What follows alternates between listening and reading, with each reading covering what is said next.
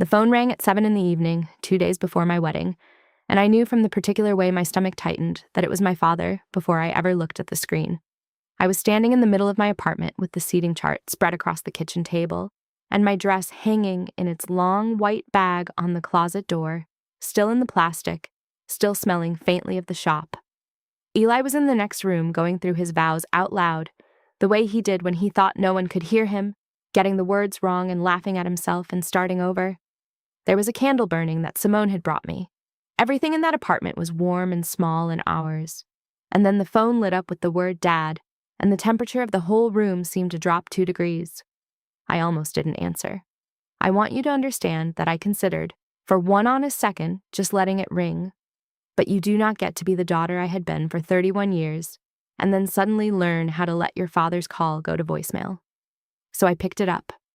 I said hello in the bright, careful voice I used for him, the voice that had taken me decades to build and that I hated a little. "Rachel," he said, "I need to talk to you about Saturday." "Okay," I said. There was a pause. My father was not a man who paused. He gave verdicts. He handed down opinions the way other people handed you a coat. The pause told me something was coming that even he was not entirely comfortable delivering, and that frightened me more than anything he could have said quickly. "I'm not going to walk you down the aisle," he said. I stood very still. On the table in front of me, table 8, had a pencil mark next to it where I had moved my cousin Daniel twice and then moved him back. I looked at that pencil mark while my father talked. "Your sister," he said, "is going through a hard time right now. You know that. And she says it would be very difficult for her, watching me do that for you. When, when things weren't, when her own day wasn't, when there were issues. And I'm not going to put Tara through that. I'm sorry. I think it's best if you just walk yourself." I should explain something about my sister Tara so that you understand the shape of what he was saying. Tara is 4 years older than me, and she has been, for as long as I have been alive, the center of gravity in our family. Her happiness was the weather that the rest of us dressed for. When Tara was pleased, the house was warm. When Tara was upset, every other person in the family was conscripted into the work of unupsetting her, and that work was never finished, because being upset was the one thing Tara had always been better at than anyone. Her wedding to Kyle, 6 years earlier, had been a production. My father had walked her down a hotel ballroom aisle in a rented tuxedo with tears in his eyes, and that photograph had sat on my parents' mantel ever since, the largest frame in the house. So when my father told me that walking me down the aisle would be too hard for Tara, what he was really telling me, in the only language our family had ever spoken, was that Tara had decided my wedding belonged a little bit to her, the way everything eventually did, and that he had agreed. "All right," I said. I had spent my whole life learning how to make my voice smaller in that family. It was the first skill I ever mastered, before reading, before tying my shoes. So I made it smaller one final time, and I said, "All right," as though he had told me the caterer had switched the salmon for the chicken. "I knew you'd understand," he said, relieved, already moving on. "You've always been the reasonable one." That was a thing they said about me. The reasonable one. It sounds like a compliment. It is not. It is what a family calls the person they have decided they are allowed to disappoint, because she will not make them pay for it. I had been the reasonable one, through birthdays they forgot, and graduations they left early, and 100 dinners, where my news waited politely behind Tara's and never got its turn. Reasonable was the rent I paid to keep a seat at a table where no one ever passed me the food. I heard a rustle on the line, and then my mother's voice. She had been there the whole time, of course. They did this together. "Rachel, honey," she said, "don't make this into a thing. It's one aisle. Plenty of women walk themselves these days. It's very modern, very independent. Walk alone. Honestly, quit making a scene about it." I had not made a scene. I had said, "All right." But in my family, the accusation of making a scene arrived preemptively, before any scene existed, as a way of forbidding one. It was the fence they built around my reaction before I had reacted, so that whatever I felt next would already be against the rules. "I'm not making a scene, Mom," I said. "Good," she said. "That's my girl. We'll see you Saturday. It's going to be beautiful." And they hung up. I stood in the kitchen with the phone still warm against my ear and the candle still burning, and Eli still murmuring his vows in the other room, getting them wrong, laughing, starting again. I did not cry. I have thought a great deal since then about why I did not cry. And the closest I can come is this. I had used up all my crying about those 2 people years before, in private, on schedules they never knew about. There was nothing left in the well for this. What I felt instead was something quieter and much older, a kind of clarity, like the air after the rain my mother had told me not to make. I looked down at my phone. I scrolled past my mother, past my father, past Tara, past every contact in that family whose calls I had answered in the small, careful voice. And I stopped on one name. I had never once had to think twice before calling it. In a family that had spent 15 years pretending this person did not exist, his was the only number in my phone that had never let me down. I did not cry. I picked up the phone and I called the one person in my family who had never, not a single time, made me feel like a guest at my own life. I did not cry. I picked up the phone and called my grandfather. I should tell you who I am away from that phone call, because the phone call is not the truest thing about me, even though it is where this story starts. By the time my father told me to walk myself down the aisle, I was 31 years old, and I had built a life that had nothing to do with my family's opinion of it. I managed the operations side of a mid-sized landscape architecture firm, the unglamorous engine room where schedules and budgets and 40 subcontractors had to be made to agree with one another, and I was good at it in the specific way that no one notices until you are gone. I owned almost nothing dramatic. I rented a one-bedroom apartment with good light. I had a husband-to-be named Eli Navarro who taught middle school science and coached a robotics team and looked at me every single day as though I were the most interesting thing that had happened to him, which, he told me once, I was. I had a best friend, Simone Bristow, who had known me since we were both 9 and who had once, at a family barbecue when we were teenagers, watched my father hand Tara the first plate, the second plate, the third plate, and me nothing, and had quietly given me her own. I had a grandfather. I will come to him. What I want you to understand is that I was not a broken person waiting to be vindicated. I had stopped auditioning for my parents, somewhere in my mid-20s, in a therapist's office, over the course of about a year. The way you stop picking at a wound. Imperfectly, with relapses, but eventually. The trouble with a family like mine is that you can stop performing for them, and they will go right on grading you anyway. They do not need your participation to keep score. So I had built a life out of earshot of the scoring, a life made of work I was respected in, and a man who chose me and a friend who would give me her plate, and I had let the volume of my family's verdict fall lower and lower until most days I could not hear it at all. Eli, I should say, had wanted to confront them years before, the first time he understood the shape of how they treated me. He had come to a Sunday dinner early in our relationship and watched my father interrupt me 3 times and my mother forget that I had been promoted that very week. And on the drive home, he had been quiet for 10 miles and then said carefully that he did not think he could keep watching that happen and say nothing. I had told him the thing I had learned in a year of therapy and a lifetime of practice. That you cannot win an argument with people who are not actually listening, that the only move that works is to stop playing, and that I had already stopped, and I needed him to stop too, for me. He had honored that. For 3 years, he had sat through those dinners and held his peace and held my hand under the table, and the holding of my hand under the table had said more than any speech he could have made across it. That was the man waiting for me at the front of the church, a man who had learned to fight for me by learning when not to fight. I do not think I understood until the doors opened how rare that was, or how much of my steadiness I had quietly been drawing from it. But a wedding turns the volume back up. There is no event more designed to gather your whole history into one room and make you account for it. And so, in the weeks before mine, I had felt the old frequencies returning, the static of needing them, the foolish flickering hope that this, finally, would be the occasion my parents rose to. I had let myself imagine my father's arm under my hand. I had let myself want it. That was the mistake, if there was one. Not that I expected too much, that I had let myself want anything from them at all. When my grandfather answered the phone that night, he answered the way he always had, on the second ring, with his name, as though it were 1980 and he were still running the company. "Arthur Sumner," he said. "Grandpa, it's me." "Rachel." His voice changed, softened, the way it only did for me. "What's wrong?" "It's 2 days before your wedding and you're calling me at night. Something's wrong." I told him. I told him plainly, without the small, careful voice, because the small, careful voice had never been necessary with him. I told him my father would not walk me, that it was about Tara, that my mother had told me to walk alone and stop making a scene. I heard him breathe out, slow, on the other end of the line. I waited for the anger.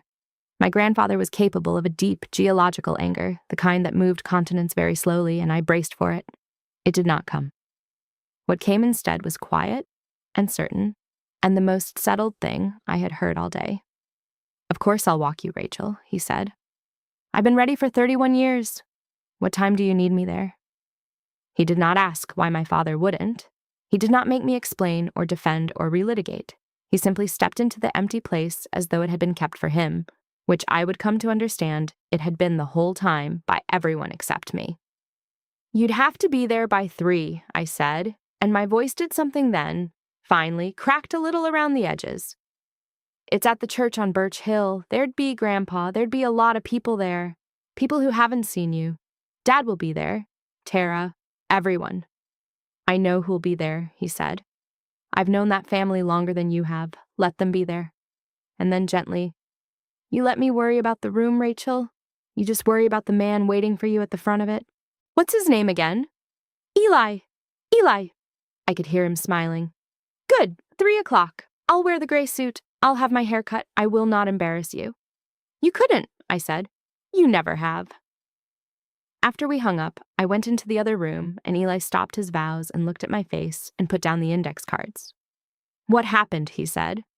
"My dad's not walking me," I said. "Tara would find it upsetting." Eli is not a man who curses, but his jaw did a thing I had learned to read. "Rachel," he started. "It's all right," I said, and to my own surprise, I found that it was, or it was becoming all right, in real time, as I stood there. "It's all right." I called my grandfather. "He's going to walk me." Eli looked at me for a long moment. He had met Arthur 4 times. He knew, in the way that someone who loves you comes to know the secret geography of your family, exactly what that sentence meant, and exactly what it would cost when it landed in a church full of people who thought Arthur Sumner had walked out on us all 15 years ago. "Your dad," Eli said slowly, "has no idea your grandfather is coming." "No," I said. "Are you going to tell him?" I thought about it. I really did. And then I shook my head. "No," I said. "For once, I think I'll let the surprise be mine to give." To understand why a man being walked down an aisle could turn a room inside out, you have to understand who my grandfather was. And you have to understand what my father had told everyone about him. My grandfather built the name they were all so proud of. In 1971, with borrowed money and a single truck, Arthur Sumner poured a foundation for a hardware store on the east side of our town, and over the next 40 years, he built Sumner and Sons into the construction firm that put up half of what you can see from Birch Hill. The elementary school, the wing on the hospital, the water treatment plant, the firehouse, 3 of the churches, including, as it happened, the one I was about to be married in. If you grew up in our town, you grew up inside buildings my grandfather had made. The name Sumner meant something here. It meant solidity. It meant a handshake that held. My father had spent his entire life standing inside the long shadow of that name and mistaking the shade for something he had grown himself. And of everyone who carried the name, of all the Sumners who dined out on it and traded on it and put it on their business cards, I was the only one who ever sat on Arthur's porch just to keep him company. It started when I was small. I was the second child, the spare, the quiet one. And in a house organized entirely around Tara's brightness, I learned early that the surest way to be left alone was to be no trouble. My grandfather noticed me precisely because I was trying not to be noticed. He would find me on the edges of the family gatherings reading, and he would sit down next to me and ask me what the book was about, and then, miraculously, he would listen to the answer. On Saturdays, my parents would drop me at his house, glad of the free afternoon, and he would teach me things. How to read a set of building plans, how to tell good work from cheap work by running your hand along a joint, how to lay out a garden so the tall things did not shade the short things. He taught me, without ever once saying so, that I was a person worth teaching. I have 100 small memories of those Saturdays, and not one of them is dramatic, and that is exactly why they saved me. There was the afternoon I was 9, and I had come to him in tears because my 3rd-grade teacher had given a prize for a science project to another girl, and the project that lost had been mine, and at home my mother had said only that I should be happy for my classmate and not so focused on myself. My grandfather had listened to the whole thing, the injustice of it pouring out of me, and then he had taken me out to his workshop and shown me the drawer where he kept every rejected bid from 40 years in business, a thick folder of jobs he had not won, and he had said, "I keep these because they remind me that losing a thing you did well is not the same as doing it badly. You did it well, Rachel. That's the only part that's yours to keep. The prize was always going to belong to whoever the teacher liked best. The work belongs to you." I was 9, I did not have the words for what he had given me, but I have spent my whole adult life living off the principle in that sentence, and I did not learn it at home. I learned it in a workshop that smelled of sawdust from the one person who thought my losing project was worth talking about for an hour. There was the time he came to my middle school band concert, the only adult who came because my parents had a thing for Tara that night, a competition or a recital, something with a trophy at the end of it, and a band concert has no trophy, only a folding chair in a gymnasium. I had not even told him about the concert. He had heard about it from someone, and he had come on his own, and he had sat in the third row in his good coat and clapped for a mediocre 7th grade clarinet section as though we were a symphony. And afterward, he took me for ice cream and asked me to explain what a clarinet reed was and listen to the answer. I did not understand then how much I would come to need the memory of a single adult in a folding chair. I understand it now. The falling out came in 2010, when I was 16. My father had taken over the company 2 years before. Arthur had stepped back, as founders eventually must, but he had kept his name on the deed and his finger on the soul of the thing, and he and my father had begun to disagree about what the company was for. My father wanted to grow it fast, to leverage the name, to chase the bigger margins on the cheaper builds. My grandfather thought that was a way of spending down a reputation it had taken 40 years to earn. They fought about it for a year, and then one evening it came to a head in my parents' dining room, and I heard most of it from the stairs, where I had learned, as a child learns the safe boards in a floor, exactly which steps let you listen without being seen. My father wanted Arthur to sign the last of his interest over, fully, on my father's terms, so there would be no more interference, and my grandfather would not. I remember the exact pitch of his voice coming up the stairs, level, unhurried, the voice of a man who had poured concrete in January and was not going to be rushed by anyone. "I'll sign it over when I trust what you'll do with it, Glenn," he said. And I don't yet. A man who can look at his own daughter the way you look at Rachel and not see what's standing in front of him, I don't know that I trust his judgment about anything that matters. I did not fully understand it then. I was 16, and I heard my name, and I went cold and still on the stairs. I understand it now. My grandfather had been watching all those years, the way the family overlooked me, and he had finally said it out loud at the worst possible moment in the middle of a fight about money, and my father had never forgiven him for either thing, not for refusing to sign, and not for seeing me. My father's response was to cut him out. Completely. He told my grandfather to leave and not come back, and then he told the rest of the family a different story. He told them that Arthur had walked out on us, that he had abandoned the family, chosen his pride over his blood, turned his back. My father told it so often and so well that it became the official history, repeated at holidays, offered to new in-laws as a sad explanatory fact. "Your grandfather left us, Rachel. Don't let him fill your head." That was the story for 15 years. My grandfather left us. And in all that time, I was the only person in the family who knew that the door had been locked from the inside. I knew because I had kept walking through it. Quietly at first, a 16-year-old riding her bicycle across town on a Saturday and telling no one. Then, when I was grown and out of the house and answerable to no one, openly. I was the only Sumner who knew where Arthur Sumner actually was, which was exactly where he had always been, in the house he built, with the porch and the garden, waiting with the patience of a man who has poured a lot of foundations and knows that the things worth having take time to cure. I was the only one who knew the door had been locked from the inside, and I knew who held the key. He had been holding it for 15 years, and I was about to ask him to use it. The day before the wedding, I drove out to his house. It is a low brick house at the end of a street he paved himself, with a deep front porch and a garden that he still worked on his knees despite being 81 years old. When I pulled into the drive, he was standing in the doorway already, because I had texted from the road and he always came to the door. He had gotten his hair cut. He was wearing an old cardigan and house slippers, but his hair was freshly cut for Saturday. And the sight of that, the small, careful preparation of it, made my throat tight before I had even turned off the engine. Inside, the gray suit was hanging on the back of the kitchen door in its dry cleaning plastic, pressed, ready. A pair of good shoes sat beneath it, polished to a shine I knew he had done himself, by hand, at the kitchen table, the way he had taught me to polish my own school shoes when I was 8 because my parents never thought to. We sat at his kitchen table and drank coffee, and I told him I was nervous. Not about Eli, never about Eli, about the room. "Half that room thinks you abandoned us," I said. "Dad's told that story for 15 years. They're going to see you walk in, and they're not going to know what to do." My grandfather wrapped both hands around his coffee cup. They were big hands, scarred and spotted, hands that had built a town. "Rachel," he said, "you don't owe that room an explanation, not a word of one. You walk in on my arm, and the room can do its own arithmetic. People are smarter than your father gives them credit for. Show them a true thing, and most of them will recognize it. The ones who don't, well." He shrugged. A small movement, 81 years of indifference to the opinions of small men compressed into one lift of the shoulders. "They weren't going to be any use to you anyway." "Dad's going to be furious," I said.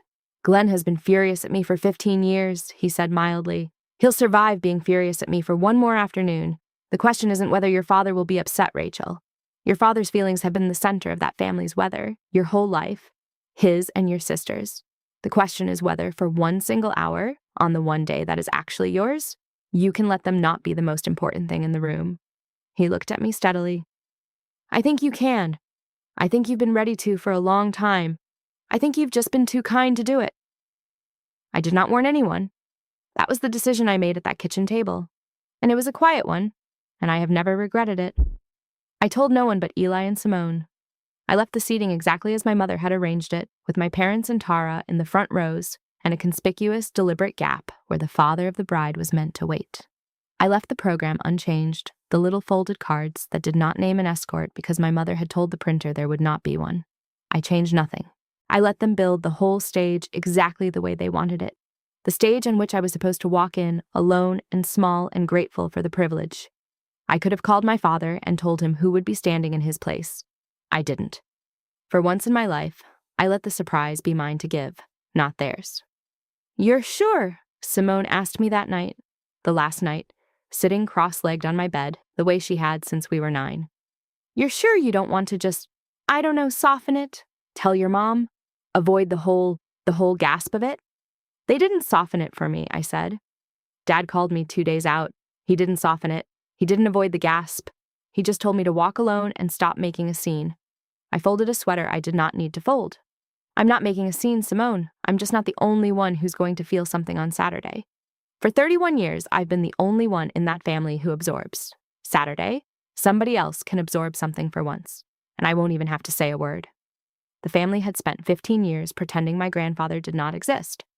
In about 18 hours, he was going to walk through the front doors of that church, in his gray suit, with his hair cut, and there would be nothing left to pretend. The morning of the wedding, my mother came to the bridal room to manage me. I knew the moment she walked in what she had come to do, because I had watched her do it my entire life. She arrived with her face arranged into concern, holding a coffee she had brought me as a prop, and she sat down beside me at the mirror where Simone was pinning my hair, and she began, in her warm and reasonable voice, the work of getting me to make myself small so that the day would be smooth for everyone but me. "You look beautiful, honey," she said first, because she was not a monster, and the compliments were real even when they were tactical. "Truly. Now listen, I want today to be wonderful. I do. So I need you to do me one little favor, all right?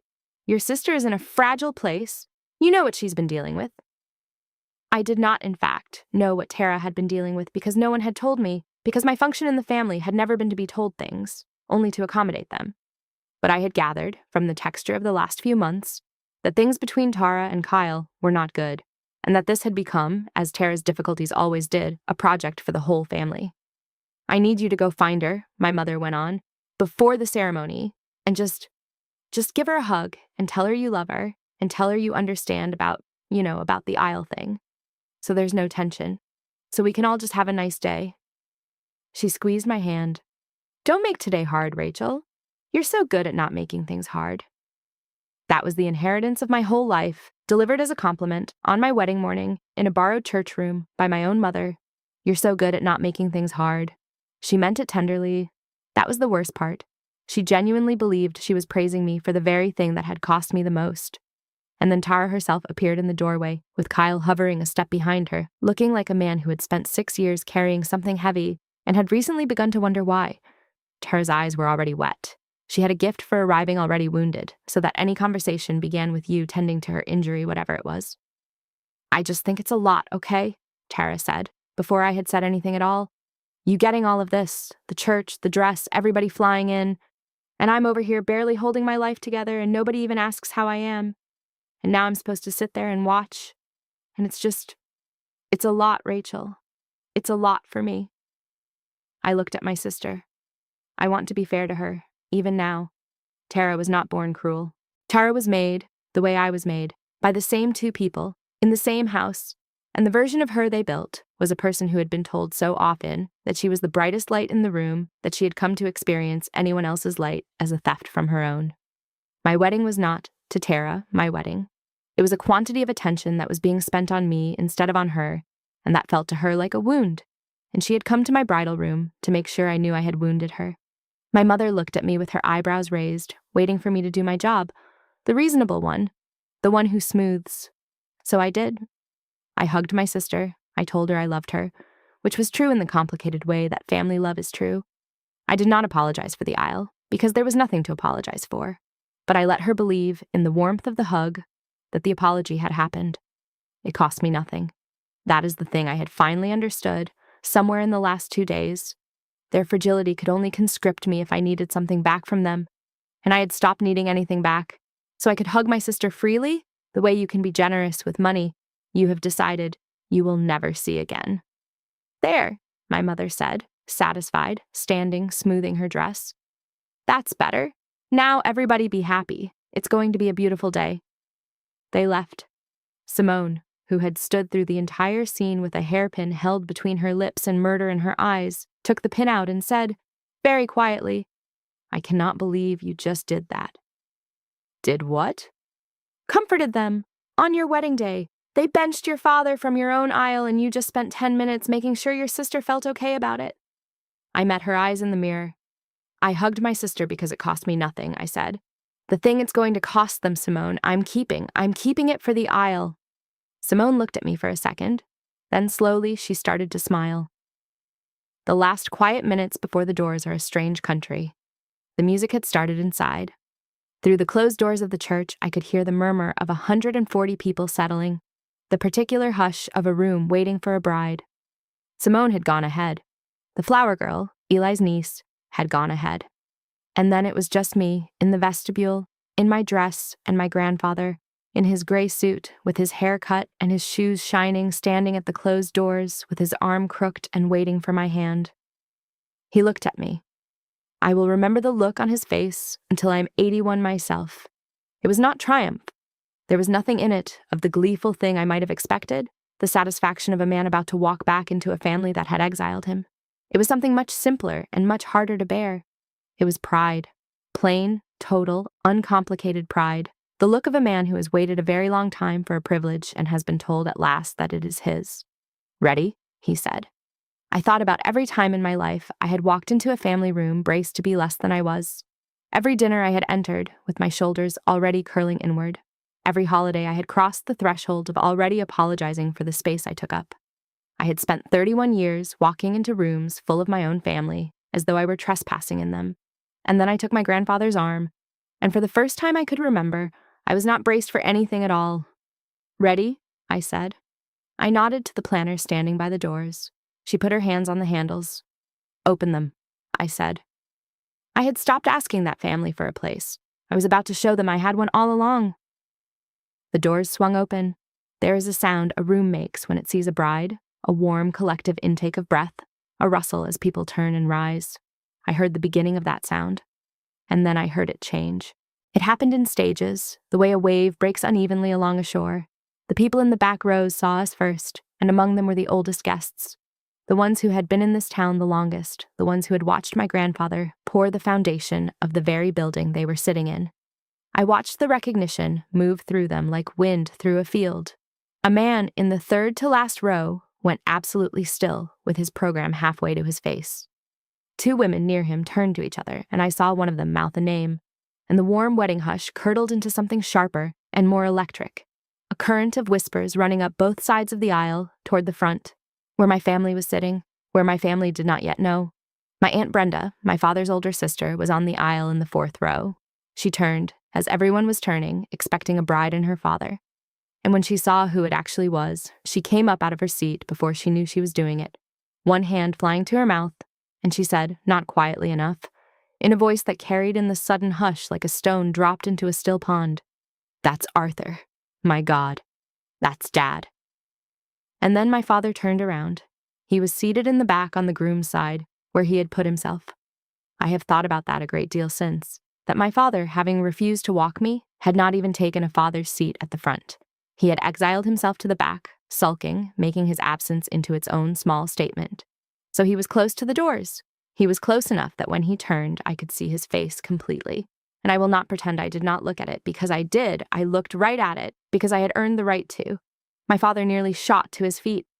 I want to be precise about this, because it is the center of the whole thing. He did not rise to stop us. He did not rise in anger. He rose the way a man rises, when the ground he has been standing on for 15 years suddenly is not there. An involuntary lurch, half out of the pew, one hand gripping the back of it, his face going from confusion to recognition to something that I can only call collapse. He had told this town for 15 years that his father had abandoned us, and his father had just walked through the front doors of the most public building in that town with the daughter Glenn had refused, on his arm, in a gray suit with his hair cut. There was nothing left to pretend. Every story my father had told was being disproved in real time, in front of 140 witnesses, and not by me. I had not said a single word. I did not have to. The truth had simply put on a suit and walked in the front door. My grandfather did not look at my father. He did not look at my mother, who had gone the color of the tablecloth, or at Tara, whose carefully composed, wounded expression had slid right off her face. He looked straight ahead, down the aisle, at Eli, and he walked me toward the only person in that room who had been waiting for me for the right reasons. His pace was unhurried. His head was high. He walked me down that aisle the way he did everything, like a man who had poured the floor himself and knew it would hold. We reached the front. The music settled. And before he placed my hand in Eli's, my grandfather did something I had not asked him to do and had not expected. He turned slightly so that his voice would carry, not shouting, never shouting, just pitched to be heard, the voice of a man who had run job sites for 40 years and knew how to be heard without raising his voice. "I've waited a long time for the privilege of this," he said, to Eli, but to the room. "So I'll only say one thing." He looked at Eli, and his old eyes were wet and steady. "Take care of her. She was the easiest person in this family to love." He paused, and the pause was enormous, and the whole church held its breath inside it, and somehow she was the only one they didn't. He did not say it as an accusation. That is what undid people. If he had said it with venom, the room could have dismissed it as an old man's grudge. But he said it gently, the way you might note that it had started to rain, a simple observation of a long-standing fact, and that gentleness made it absolutely unanswerable. 140 people heard him say it. And then he placed my hand in Eli's, kissed my forehead, and went and sat down in the front row, in the seat that should have been my father's, leaving my father standing half out of a pew at the back of the room, holding the bench, with nowhere to go and nothing to say, and an entire town doing its own arithmetic around him. The ceremony went on. I married Eli with my grandfather in the front row, and my parents somewhere behind me, and I would be lying if I told you I thought about them much during the vows, because I did not.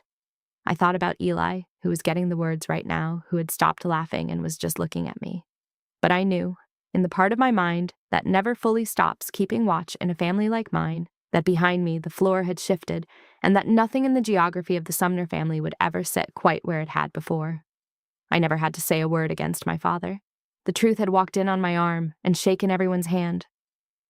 The fallout did not need my help. That is the thing about a lie that has been propped up for 15 years. It is exhausting to maintain, and the moment the prop is kicked away, it does not fall slowly. It comes down all at once, and it comes down on the person who built it. At the reception, and in the weeks that followed, the family did its own quiet, devastating recalculation, and I watched it happen from a comfortable distance, like weather seen through a window. My Aunt Brenda found my grandfather at the reception, and the two of them sat in a corner for an hour. And at the end of it, Brenda was crying and holding both his hands, and I understood that 15 years of a story she had been fed was dissolving in real time. Brenda is not a stupid woman. None of them were, really. They had simply been told a thing by a confident man, repeatedly, and had not been given a reason to doubt it. The reason had just walked down an aisle. I spoke with Brenda myself near the end of the night when the band had slowed down and the older guests were finding their coats. She came and found me at my table, and she sat down heavily in the chair beside me, the chair that had been empty all night, and for a moment she did not say anything at all. Then she said, "He used to call me, your grandfather. For about a year after the falling out, he'd call me. and I never picked up. Because Glenn told us he'd left, and I thought picking up would be, I don't know, disloyal. She turned her glass slowly on the tablecloth. He stopped calling eventually. I always told myself that proved Glenn right. See, he gave up. He didn't really want us. She looked at me and her eyes were wet again. But he didn't give up, did he? He just figured out that the only one of us worth calling was already calling him. You. The whole time. It was you. I did not say anything. There was nothing to add. Brenda had done the arithmetic herself, out loud, at my wedding table, and the answer was the truth, and the truth did not need my help. I'm sorry, Rachel, she said. I'm sorry it took this. I'm sorry none of us looked closer. And she squeezed my hand, the way she should have squeezed it at a dozen Christmases, and she went to find her coat. It was not everything. It did not undo a childhood. But it was something true, offered freely, and after a lifetime of my family, I had learned to recognize the value of that, and to take it when it came. Over the following weeks, the relatives did the math. If Arthur had abandoned the family, why had he come the moment I called? If he was the cold one, the prideful one, the one who chose himself over his blood, why had he wept at an altar over a granddaughter nobody else had bothered to walk? And if the story about Arthur was wrong, what else was wrong? The questions spread along the family's quiet channels, the phone calls between cousins, the conversations in kitchens, and one by one the props under my father's version of events were tested and found to be rotten. My father did not handle it well. A man who has been the author of the family's official history does not enjoy having the manuscript publicly corrected.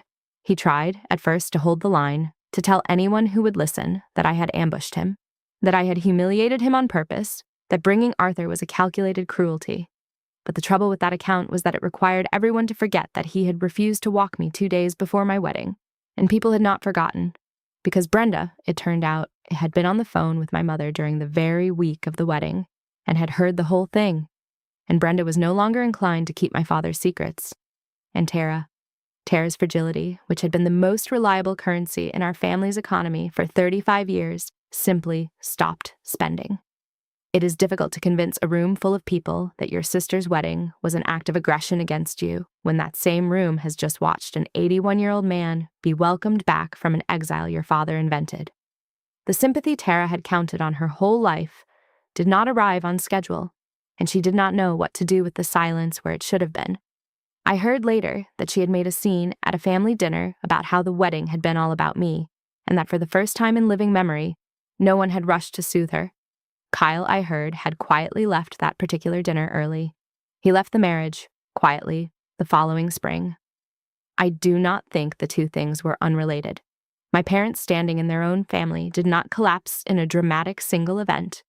It eroded, which is worse, because erosion does not give you an enemy to fight. It simply takes the ground away a grain at a time. They were still invited to things. They were still spoken to. But something had changed in the way the family looked at them. A small, permanent reservation, a withholding, and they could feel it, and they could not name it, and they certainly could not fix it, because the only fix would have required my father to admit what he had done. And that was the one currency my father had never once been willing to spend. For the first time in my life, the cost of how they had treated me was theirs to carry. And I had not lifted a single finger to hand it to them. I had simply stopped carrying it for them. I want to be honest about the part that does not feel like winning, because if I only told you the good part, I would be telling you a lie, and this family has had enough of those. Eli and I went away for 9 days after the wedding to a quiet stretch of coast where neither of us knew anyone, and somewhere around the 3rd or 4th day, in the strange decompression that follows a wedding, the grief came up. I had expected to feel only relief. I had not expected to feel loss, because what had I lost, really, except an illusion I had already half abandoned? But that is the cruel arithmetic of it. You can know completely in your mind that your father was never going to be the man you wanted at the front of that church. And you can still grieve him. You can grieve a person who is still alive. You can grieve, specifically, the father you kept inventing every year in the hope that this would be the year he showed up as that man. I cried on that beach, finally, the crying I had not done in my kitchen 2 nights before the wedding. Eli did not try to fix it. He had learned, in the years he had loved me, that some of what was in me did not want fixing. It wanted only company, and he gave me company. He sat with me on the sand and let me grieve a man who had refused to walk me down an aisle, and he did not once say the thing that was technically true, which was that I was better off. I knew I was better off. That was never the question. Being right is a cold dinner. You eat it alone. It does not warm you. What had warmed me the whole time was never the part where I was finally proven right about my family. It was the part I had built on purpose. The man on that beach, the friend who gave me her plate, and the grandfather who had been waiting 31 years for an arm to offer. When we got home, I went out to my grandfather's house on a Sunday, and I sat at his kitchen table, and I told him the truth, that I was happier than I had ever been, and also that I was sad, and that the two things were sitting side by side in me, and I did not know how to make them stop. He nodded slowly, both hands around his coffee. "You're grieving your father," he said. It was not a question. "I am," I said, "which is insane, because he's not dead, and he was never what I wanted anyway." "It's not insane," he said. "You're not grieving the man, you're grieving the father. Those aren't the same thing. The man is in his house across town, same as ever. The father you wanted was never there to lose. And that's a harder kind of empty, because there's no grave to visit. You just carry it." He reached across the table and put one of his big, scarred hands over mine. "I'll tell you a thing I learned late, Rachel, and I learned it about my own father, so I come by it honest. You can spend your whole life standing at one particular door, waiting for it to open, certain that if it just opened, everything would be all right. And the whole time, there's another door, already open, with somebody standing in it who's been waving you over for years. The tragedy isn't the locked door. The tragedy is all the time you spend with your back to the open one." I had wanted my father's arm my whole life. Sitting at that table, with his hand over mine, I finally understood that I had had a father's arm the entire time. I had simply been looking at the wrong end of the family for it. The doors of my life settled into their final shape over the following months, and they did not all settle the same way. "Tara," I cut off. "Not in a scene, because I've never believed in scenes. Whatever my mother thought. She called me that spring, after Kyle left, wanting to make it about her, wanting me to absorb her new difficulty the way I had absorbed all the others, wanting, I think, to restore the old order in which her pain was the family's central business, and I was its quiet clerk. And I told her kindly that I loved her and that I hoped she found her way through it, and that I was not going to be the person who carried it for her anymore. She did not understand. I do not think she ever will. But I said it once, cleanly, and I did not say it again, and the silence that followed was not a punishment. It was just the truth of where we actually stood, finally allowed to be visible. My parents were harder, because parents always are. My mother never came. She has still never said a word to me about any of it, and I have come to understand that she never will, that her loyalty to my father and to the family's preferred version of itself is more durable than her relationship with me, and that this is information about her and not about me. I have stopped waiting for her call. That, too, is a kind of grief and a kind of peace. But my father came. In February, on an ordinary cold evening, there was a knock at my door, and it was Glenn, alone, without my mother, standing on my step with his hat in his hands like a man from an old photograph. I did not invite him in. I stood in the doorway, in the warmth spilling out from the life I had built behind me, and I let the door stay open exactly 1 inch, and no further. "I didn't know how to be your father," he said. He was not a man who had ever apologized, and this was the closest his machinery could come to it, and I could see what it cost him. I think I was jealous of him, of the way he was with you. He made it look easy and I never could, and I held that against you. Which was wrong. It was a child's thing to do. He looked at me. "I'm sorry, Rachel. For the aisle. For all of it." I have replayed that moment many times. I could have closed the door. He had earned the door being closed. I could have flung it wide and forgiven him completely the way the reasonable one would have, the way that would have cost me the least conflict and the most truth. I did neither. "I'm glad you came," I told him. And I was. That was true. "Thank you for saying that. I mean it." And then I did not tell him to come back. I want you to understand the size of that, because it does not look like much from the outside. I did not tell him to come back. I did not schedule the next dinner. I did not rush to reassure him that everything was fine now, that the inch would soon be a foot, that the door would swing wide. I let the apology be what it was, a real thing, and I let our relationship be what it actually was, which was a door open 1 inch, and I did not pretend it was more in order to make him feel better. It was the most honest thing I had ever said to my father, and I said it by not saying anything else. He nodded. I think he understood, more than my mother ever would. He put his hat back on and he went down the steps and he drove away, and the door stayed open its 1 inch, which is where it remains. And my grandfather.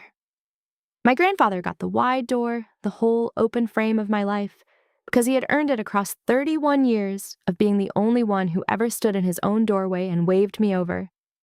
Eli and I go out to his house on Sundays now. We work in the garden with him in the good weather, laying things out so the tall things do not shade the short things, the way he taught me when I was a child. He is teaching Eli to read a set of plans. He is 82 now, and I am aware, in the way you become aware of these things, that the number of Sundays is not infinite, and so I do not waste them. I had 15 years stolen from us by my father's pride. I am not going to let pride, mine or anyone's, steal the years that are left. I keep the door open an inch for my father and firmly closed for my sister and shut and silent where my mother chose to leave it, and I keep it wide, all the way open for the man who taught me what a father actually was, and for the husband who looks at me like I am the most interesting thing that ever happened to him, and for the friend who once gave me her plate. That is the floor plan of my life now, and the most important thing about it, the thing I am proudest of, is that I drew it myself. So here is the one thing I want to say to you.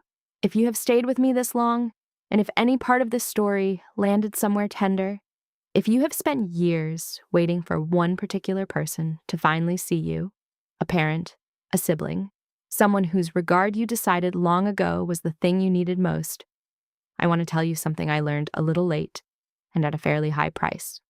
While you are standing at that locked door, knocking, certain that everything will be all right the moment it opens, there is almost always someone else already holding another door open for you. A grandparent, a friend, a partner, a person who has been quietly choosing you the whole time you were busy grieving the person who wouldn't. The hardest and most freeing thing I ever did was to turn around, to stop staring at the door that stayed shut, and to notice the one that had been open all along, and to walk through it, and to stop apologizing for the space I took up on the other side. You are not too much. You were never too much. You were just standing in front of the wrong door, asking the wrong person to open it. My dad refused to walk me down the aisle. Someone far better took his place. And the truth I finally understood somewhere on a beach 9 days after my wedding, is that he had had that place all along. I had just spent 31 years too busy looking at a locked door to let him have it. Turn around. Walk through the one that opens. I'll be glad you did. And so, I promise you, will the person standing in it, take care of yourselves, and be gentle with the ones who were gentle with you. They've been waiting.